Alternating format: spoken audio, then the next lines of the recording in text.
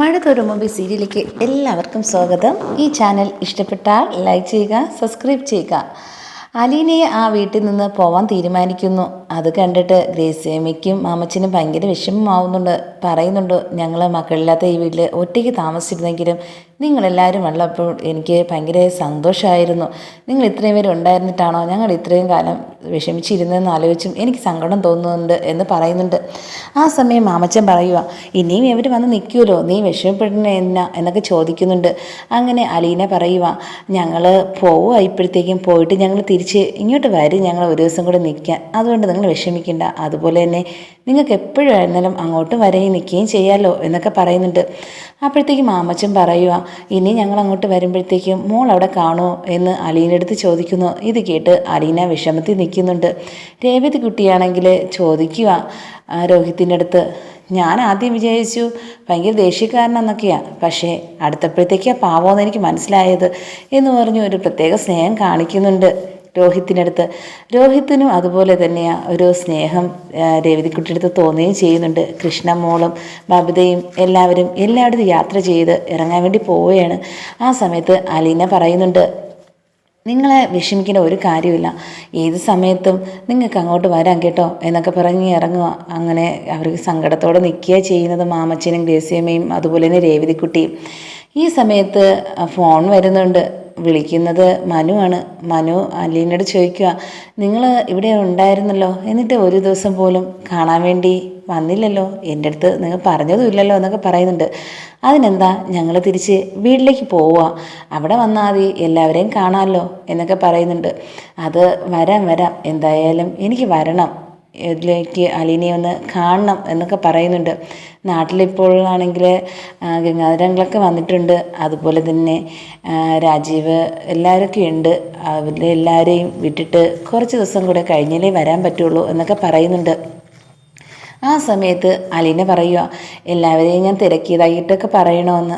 അതെന്താ, പറയാം, പണ്ടത്തെ ആ ദേഷ്യവും വാശിയും ഒന്നും ഇപ്പോൾ ഇല്ല, അതുപോലെ അച്ഛനും അതുപോലെ തന്നെയാണ് എന്നൊക്കെ പറയുന്നുണ്ട്.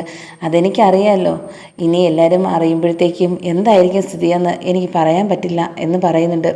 ആ സമയത്താണ് ഗംഗാധരൻ്റെ അടുത്ത് അമ്മ പറയുക, എന്താ നിനക്കാണെങ്കിൽ ഇങ്ങോട്ട് എന്നെ വന്ന് തിരിഞ്ഞു നോക്കാൻ പോലും സമയമില്ല, ഇപ്പം നിനക്ക് സമയം കിട്ടത്തി വരാനൊക്കെ അറിയാമെന്നൊക്കെ ചോദിക്കുന്നുണ്ട്. ആ സമയം ഗംഗാധരൻ പറയുക, അത് ഞാൻ വന്നത് അറിയാമല്ലോ, ഞങ്ങളുടെ പെങ്ങളെ കാര്യമല്ലേ, അതുമല്ല അവൾ പണ്ട് വരുത്തി വെച്ച ആ നാണക്കേടിൻ്റെ ഒരു ഇത് ഇന്നാ അതിന് ഒരു അന്തിമ ഘട്ടമെന്ന് പറയാൻ പറ്റുന്ന രീതിയിലുള്ള വിഷയം നടന്നുകൊണ്ടിരിക്കുന്നത്. എന്ത് ചെയ്യാനാ, നമ്മളല്ലേ അതിനൊക്കെ തീർപ്പ് കൽപ്പിക്കേണ്ടത്, അതുകൊണ്ട് വന്നേ പറ്റുള്ളൂ, അതുകൊണ്ടാണ് വന്നതെന്നൊക്കെ പറയുക. ഇപ്പോഴെങ്കിലും സമയം കിട്ടിയല്ലോ എന്നൊക്കെ പറയുക. വൈജയന്തിയാണെങ്കിൽ ഇവിടെ ഉണ്ടെങ്കിലും എൻ്റെ അടുത്ത് ദേഷ്യത്തിലവൾ.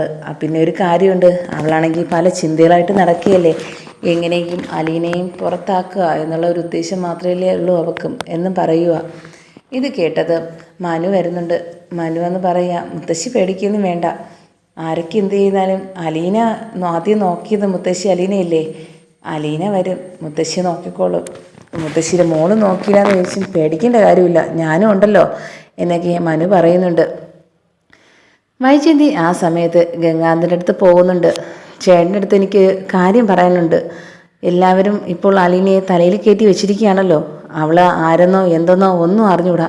ഇപ്പോൾ ഇത് എല്ലാവരും പറയുന്നുണ്ട് ബാലചന്ദ്രൻ്റെ മകളല്ല എന്ന്, പക്ഷേ എനിക്ക് ആരായിരുന്നാലും എനിക്ക് കുഴപ്പമില്ല, ആ വീട്ടിൽ അവളില്ലാതെങ്കിലും ഞാൻ പോവുള്ളൂ, അല്ലാതെ അവളുള്ളപ്പോഴത്തേക്ക് ഇനി ഞാൻ വീട്ടിലേക്ക് പോകുന്ന പ്രശ്നമില്ല, അതിനെന്തെങ്കിലും തീരുമാനം നിങ്ങൾ എടുക്കണം എന്നൊക്കെ പറയുന്നുണ്ട്. അത് അവളവിടെ പോകുമ്പോഴത്തേക്ക് നിനക്ക് അതിൻ്റെ ഭവിഷ്യത്ത് വന്ന് ഭവിക്കുകയുള്ളൂ, അതുകൊണ്ട് നീ അതിനെക്കുറിച്ച് ചിന്തിക്കരുത്, നീ തിരിച്ചു പോകണം എന്നൊക്കെ പറഞ്ഞിട്ട് പോലും കേൾക്കുന്നില്ല വൈജയന്തി.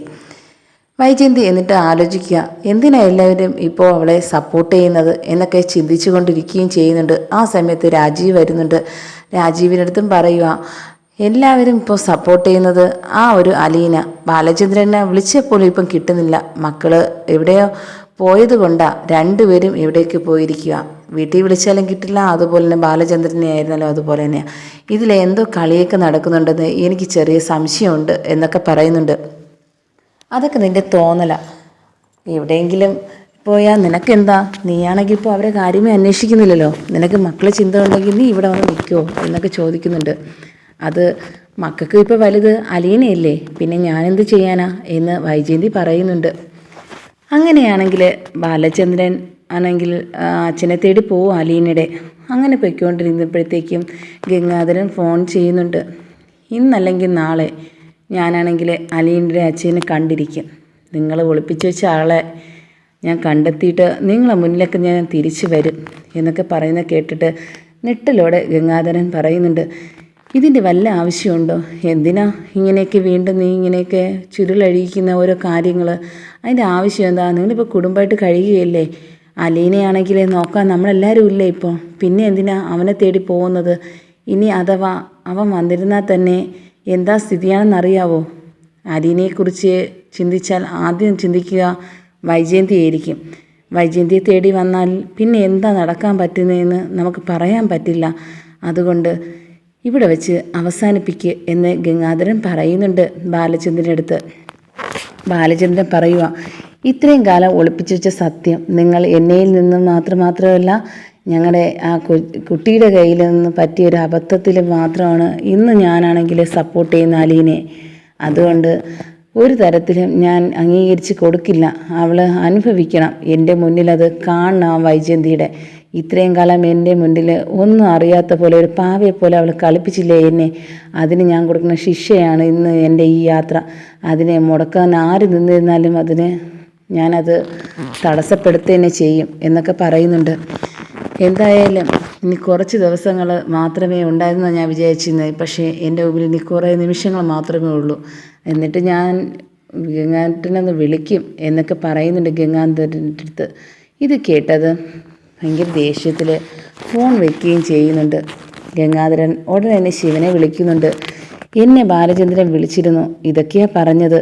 ഇനിയിപ്പോൾ എന്ത് ചെയ്യുമെന്ന് ഒരു പിടിയുമില്ല. എന്താ നിങ്ങൾ എന്തെങ്കിലും ആലോചിച്ച് പറയണം. ഒന്നില്ലേ അവരുമായിട്ട് സമ്മതിക്കുക, അല്ലെങ്കിൽ ഒരു യുദ്ധത്തിന് തയ്യാറാകുക. എനിക്കത് മാത്രമേ പറയാനുള്ളൂ.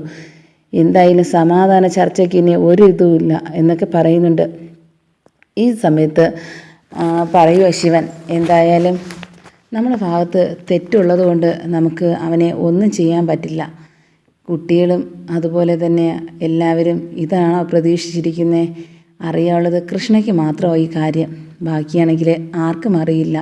പക്ഷേ മാമച്ചൻ്റെ വീട്ടിൽ നിന്ന് അവരെല്ലാവരും തിരിച്ചിട്ടുണ്ടെന്ന് പറഞ്ഞു അലീന വിളിച്ചപ്പോൾ. അവരെല്ലാവരും ഇനി വീട്ടിലേക്ക് വരും.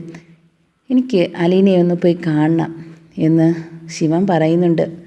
ഇത് കേട്ടിട്ട് മനു പറയുക, ഞാനും കൂടെ വരാം. എന്താ അവിടുത്തെ സാഹചര്യം ഒന്ന് മനസ്സിലാക്കാമല്ലോ എന്ന് മനുവും പറയുന്നുണ്ട്. അങ്ങനെ അവിടത്തേക്ക് പോകാൻ വേണ്ടി ഇരിക്കുകയാണ്. ഇത് അലീനയെ വിളിച്ച് ചോദിക്കുകയും ചെയ്യുന്നുണ്ട്. കൃഷ്ണ അപ്പോഴത്തേക്കും ബബിതയുടെ അടുത്ത് പറയുക, നമുക്ക് ചേച്ചി വിടേണ്ട ഒരു കാര്യമില്ല. ഇനി ഇവിടെ നിന്ന് പോയിട്ട് എന്തിനാ വല്ലാത്ത പ്രശ്നങ്ങളുണ്ടാക്കി വയ്ക്കുന്നേ? ഇനി വേറൊരു വീട്ടിൽ പോയിരുന്നാലും അവിടെ എല്ലാവരുമായിട്ട് ഇതുപോലെ അടുപ്പമായിരുന്നാലും ഈ ഞങ്ങളെപ്പോലെ അടുപ്പം ആരെ കൊണ്ടും പറ്റില്ല. അത്രയ്ക്ക് എന്തൊരു വലിയൊരു പൊരുത്തം ഉള്ളതുപോലെ ഞങ്ങൾക്ക് തോന്നുന്നത് എന്ന് ബബിത കൃഷ്ണയോട് പറയുന്നുണ്ട്. അപ്പോൾ കൃഷ്ണ പറയുക, അത് സത്യം തന്നെയാണ്, ഞങ്ങളുടെ ചേച്ചി എന്നല്ലോ, പിന്നെ നീ എന്തിനാ ഇപ്പം ഇങ്ങനെയൊക്കെ പറയുന്നത് എന്നൊക്കെ ബബിതയുടെ അടുത്ത് ചോദിക്കുകയും ചെയ്യുന്നുണ്ട്. രോഹിത്തിനാണെങ്കിൽ രേവതിക്കുട്ടിയുടെ അടുത്ത് ഇപ്പം വലിയ കൂട്ടായതുകൊണ്ട് തന്നെയാണ് അവരെ ഒരുപാട് മിസ് ചെയ്യുകയും ചെയ്യുന്നുണ്ട്. അങ്ങനെ അലീനയുടെ അടുത്ത് പറയുക, ഞാൻ വിജയിച്ചിട്ട് വായാടി കുട്ടിയാന്ന്, പക്ഷേ ഇപ്പം അടുത്തപ്പോഴത്തേക്കും പാവമെന്ന് തോന്നുന്നു എന്ന് അലീനയുടെ അടുത്ത് പറയുന്നുണ്ട്. അലീന ആ സമയം പറയുക, അവളും എൻ്റെ അടുത്ത് ഇങ്ങനെ പറഞ്ഞത്, നീ വലിയ വാശിക്കാരനെന്നൊക്കെ വിചാരിച്ചിരുന്നു, പക്ഷെ നീയും പാവമെന്ന്. രണ്ടുപേരും നല്ല രീതിയിലാണ് ചിന്തിക്കുന്നത് കേട്ടോ എന്നൊക്കെ പറഞ്ഞ് കളിയാക്കുന്നുണ്ട്. ഇത് കേട്ട് കൃഷ്ണ പറയുക, ഇത്തിരി കളിയാക്കൽ കൂടുതൽ തന്നെയാണ് എന്നൊക്കെ പറഞ്ഞ് വീണ്ടും രോഹിത്തിനെ കളിയാക്കുന്നുണ്ട്. ആ സമയത്ത് ബാലചന്ദ്രൻ വിളിക്കുന്നുണ്ട് അലീനെ. കാര്യങ്ങൾ അന്വേഷിക്കുകയും അവിടെ മാമച്ചൻ്റെ അവിടെ നിന്ന് ഇറങ്ങിയെന്നൊക്കെ ചോദിക്കുകയും ചെയ്യുന്നുണ്ട്. അങ്ങനെ അന്വേഷിച്ചുകൊണ്ടിരിക്കുന്ന സമയത്താണ് അവിടുന്ന് ശിവനാണെങ്കിൽ വന്ന് വീട്ടിൻ്റെ അവിടെ നിൽക്കുന്നത് കാണുന്നത്. ഈ സമയത്ത് അലീനയാണെങ്കിൽ മിണ്ടാതെ നിന്നപ്പോഴത്തേക്കും വലിയ കാര്യത്തിൽ വിളിച്ച് ചോദിക്കുന്നുണ്ട്, എന്താ മോള് മിണ്ടാതെ നിൽക്കുന്നേ? ഞങ്ങളെയൊക്കെ മറന്നോ നീ എന്നൊക്കെ ചോദിക്കുന്നുണ്ട്. ഇല്ല, ഇനി എന്തിനാ ഞാനായിട്ടൊരു പ്രശ്നം ഇനി ആർക്കും വരരുത് എന്നൊരു ചിന്ത മാത്രമേ എനിക്കുള്ളൂ എന്ന് അലീന ശിവനടുത്ത് പറയുന്നുണ്ട്. മോൾ അങ്ങനെ ചിന്തിക്കരുത്. അതുകൊണ്ട് മാത്രമാണ് ബാലചന്ദ്രൻ ഇന്നാണെങ്കിൽ ഇവിടെ നിന്ന് പോകാൻ തന്നെ കാരണം. അതുകൊണ്ട് ആരും ഒന്നും പറയില്ല എന്നൊക്കെ പറയുന്നുണ്ട്. അലീനയുടെ അടുത്ത്. ഇത് കേട്ടതും അലീന പറയുക, ഞാൻ തന്നെയാണ് ഈ വീട്ടിലെ പ്രശ്നമെന്ന് എനിക്കറിയാം, അത് എല്ലാവർക്കും അറിയാം. അതുകൊണ്ട് തന്നെയാണ് ഇപ്പോൾ ഇവർ സമ്മതിച്ചത് ഞാൻ പോവാമെന്ന്.